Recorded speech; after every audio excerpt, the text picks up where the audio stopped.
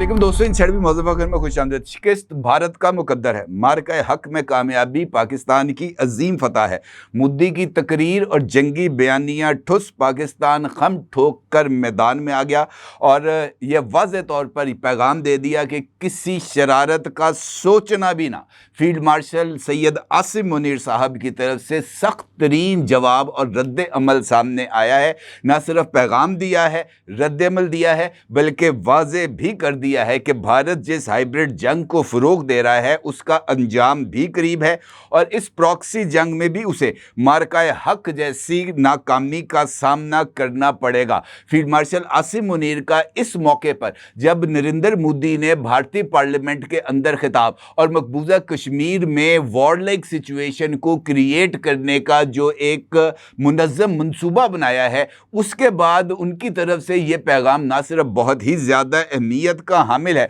बल्कि ये इस बात का वाज़ेह इशारा है कि पाकिस्तान ना सिर्फ भारत की हर एक चाल पर नज़र रखे हुए है, बल्कि उसके अकॉर्डिंगली अपना रद्द अमल भी तैयार रखे हुए है। और जो मेरे नज़दीक पाकिस्तान और पाकिस्तानियों के लिए बहुत ही इम्पॉर्टेंट एस्पेक्ट है। कैसे? यकीनी तौर पर आप जानना चाहेंगे। अब ये भी जानना चाहेंगे कि फील्ड मार्शल आसिम मुनीर ने यह पैगाम क्यों दिया और इस पैगाम की अहमियत किस हद तक हमारे सामने आ रही है। इस सारी सूरत हाल पर आपके साथ बात करते हैं, लेकिन उससे पहले बात करते हैं बाजौड़ और मोहम्मद एजेंसी में जारी फितना अल खारिज के खिलाफ ऑपरेशन सरबकफ की, जिसके बाद खारजी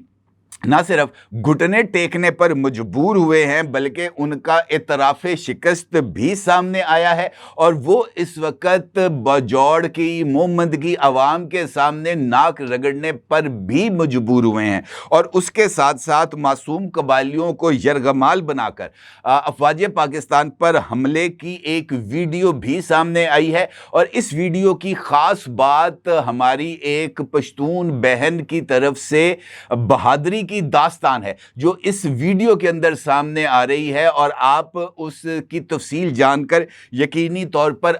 अश कर उठेंगे। हालिया दिनों में कुछ ऐसे वाक़यात सामने आए, ख़ास तौर पर बन्नू, डीआई खान, टांक और कबायली इलाका जात में, जहां पर फितना अल खारिज की एक्टिविटीज़ में इजाफा हुआ और फितना अल खारिज ने पाकिस्तान की सिक्योरिटी फोर्सेस पर भी अटैक किया और उसके साथ साथ ड्रोन टेक्नोलॉजी का इस्तेमाल करते हुए मुख्तलिफ मुकामात पर दहशत गर्दी के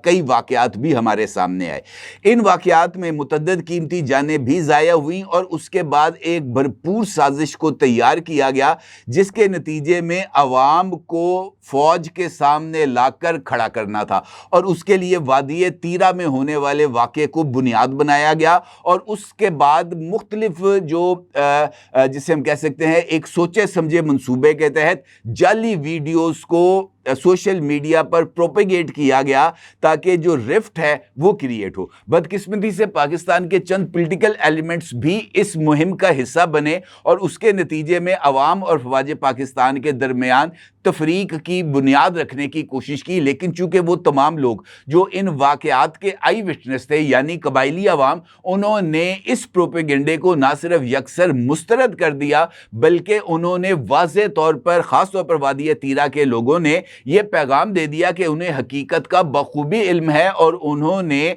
उसके बाद 5 अगस्त तक की डेडलाइन दे दी फितना अल खारिज को कि वो उनके इलाके को खाली कर दें, अदरवाइज अमन के लिए वो किसी भी एक्सटेंड तक जाएंगे। और अवाम जब तक दहशत गर्दों के खिलाफ लड़ाई का हिस्सा नहीं बनती, उस वक्त तक ऐसी कोई भी लड़ाई कामयाब नहीं हो सकती। उसके बाद फिर ऑपरेशन सरबकफ का आगाज़ किया गया और ऑपरेशन सरबकफ का आगाज़ करते हुए 3 दिन के कर्फ्यू को इम्पोज किया गया और इस कर्फ्यू के दौरान अफवाज पाकिस्तान ने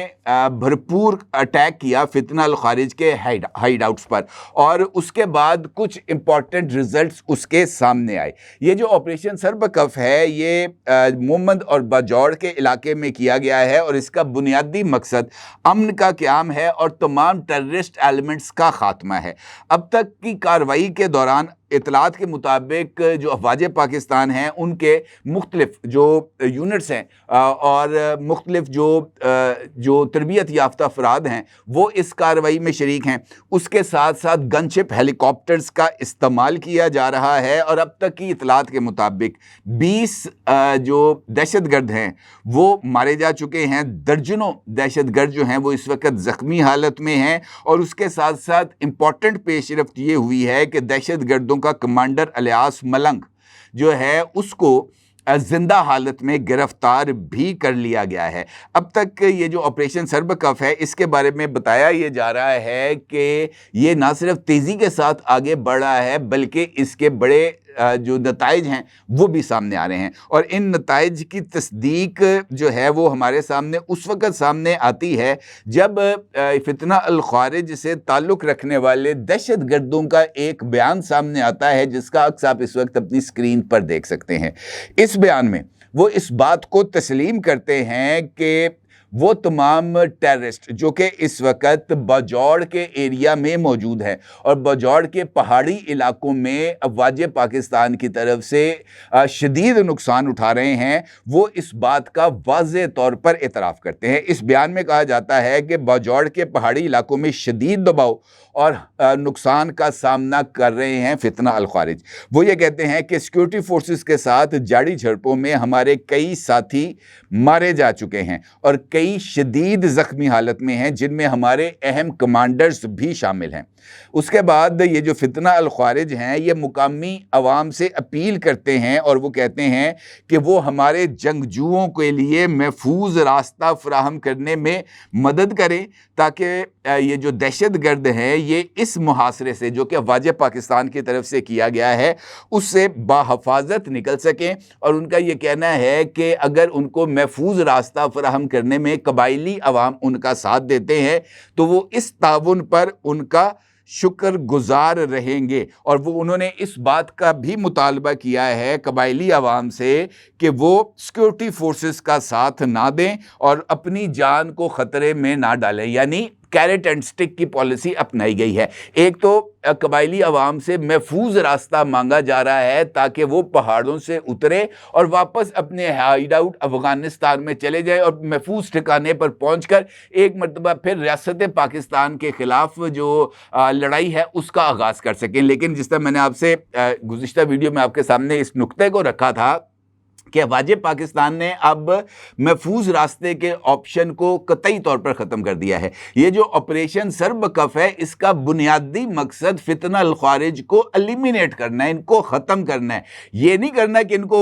जो है महफूज रास्ता दे दिया जाए कि ये अफ़गानिस्तान में अपने सेव हेवन्स में चले जाएं। इस बात की कोई गुंजाइश नहीं रखी जाएगी। आखिरी दहशतगर्द को जहन्नम वासल किए जाने तक ये ऑपरेशन जारी रहेगा और इस ऑपरेशन की शिद्दत का अंदाज़ा आप इनकी तरफ से जारी किए जाने वाले उस पैगाम से कर सकते हैं जो कि उन्होंने सोशल मीडिया पर जारी किया है, जिसको मैंने अभी आपके सामने पढ़ के सुनाया है। तो इसका मतलब यह है कि फितना अल ख़ारिज अफवाज पाकिस्तान के इस दबाव का ना सिर्फ एतराफ़ कर रहे हैं बल्कि अपने जानी नुकसान का, अपने अहम कमांडरों के मारे जाने का, अपने अहम कमांडरों का शदीद ज़ख्मी होने का भी एतराफ़ कर रहे हैं। तो इसका मतलब यह है कि इस वक्त जो निशाना है वो बिल्कुल दुरुस्त लगा है और उस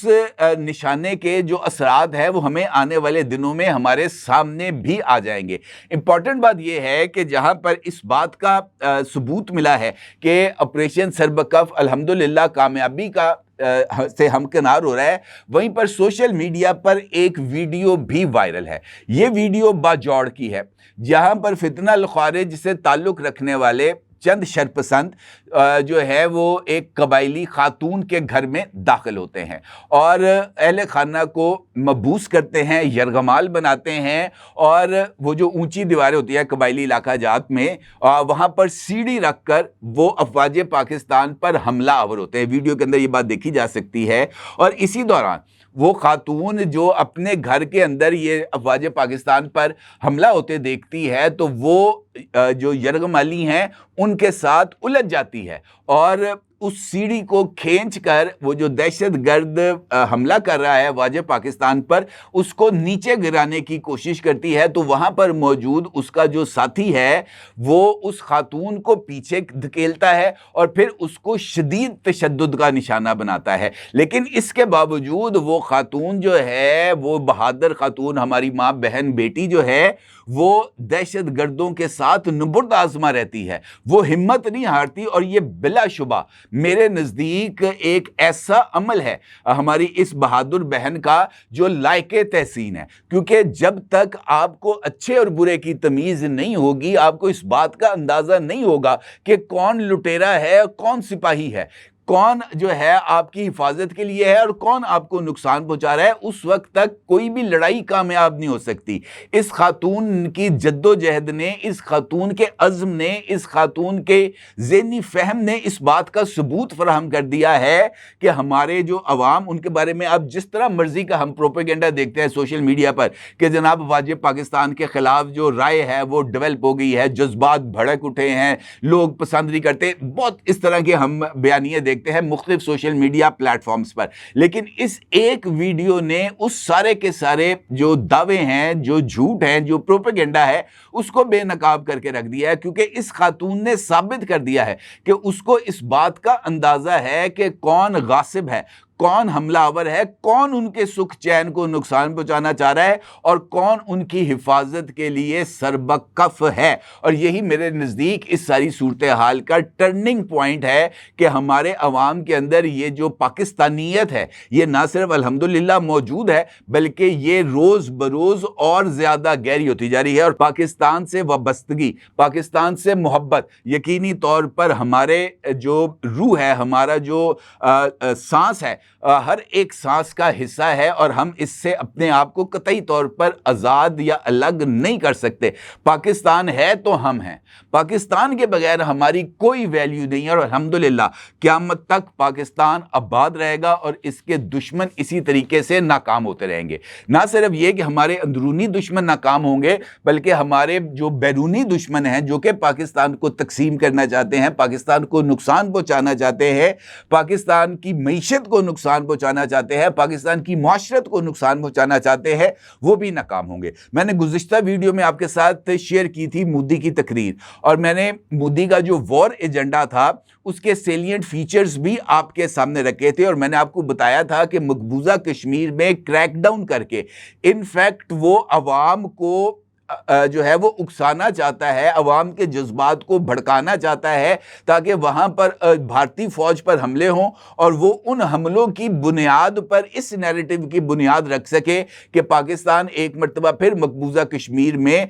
जो है वो भारतीय फ़ौज पर हमलावर है, और उसकी बुनियाद के ऊपर वो नई लड़ाई की बुनियाद रखेगा। उसकी तरफ से ये जो ऑपरेशन महादेव उसने शुरू किया है, ये इसी के लिए शुरू किया है ताकि मकबूजा कश्मीर के अंदर आग और भड़के और वो उस आग की बुनियाद पर अपने वॉर नैरेटिव को लेकर आगे चले और बिहार के इलेक्शंस की बुनियाद के लिए, उसके लिए जो फतह का डंका है वो बजाने की कोशिश करे पाकिस्तान पर हमले की सूरत में। लेकिन जिस तरह मैंने आपसे गुजारिश की है, पाकिस्तान बेखबर भी नहीं है और पाकिस्तान जो है वो दुश्मन की हर एक चाल पर नजर रखे हुए। फील्ड मार्शल आसिम मुनीर साहब ने नेशनल वर्कशॉप बलूचिस्तान के 16वें सेशन के शुरका से मुलाकात की, और ये मुलाकात की टाइमिंग अहमियत की हामिल है, क्योंकि ये मुलाकात उस मौके पर और उसके होने वाली गुफ्तगू उस मौके पर सामने आई है जब नरेंद्र मोदी ने भारतीय पार्लियामेंट में 2 घंटे की तकरीर करके पाकिस्तान मुखालिफ जज्बात को भड़काने की कोशिश की। फील्ड मार्शल आसिम मुनीर का शुरका से खिताब करते हुए ये कहना था कि मार्का हक में शिकस्त से दुचार भारत दहशतगर्द ग्रुप्स की मदद से हाइब्रिड जंग को फ़रोग़ दे रहा है। उनका यह कहना था कि मार्का हक में भारत को शिकस्त तो हो चुकी है और अब ये जो हाइब्रिड जंग भारत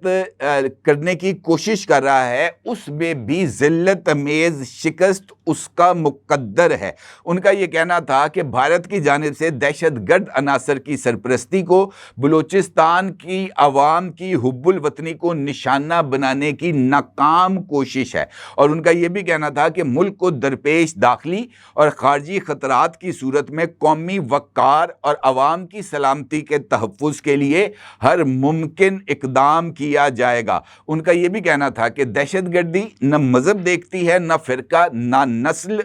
और दहशतगर्दी के ख़ात्मे के लिए कौमी सतह पर इज्तिमाई अज़्म और यकजहती नागुज़ीर है। और ये जो पैगाम है उनकी तरफ से प्रॉक्सी वॉर और हाइब्रिड वॉर, जो कि भारत ने फितनुल हिंदुस्तान की पुश्तपनाही करके शुरू की है, और उसका मकसद पाकिस्तान को डिस्टेबलाइज करने के साथ साथ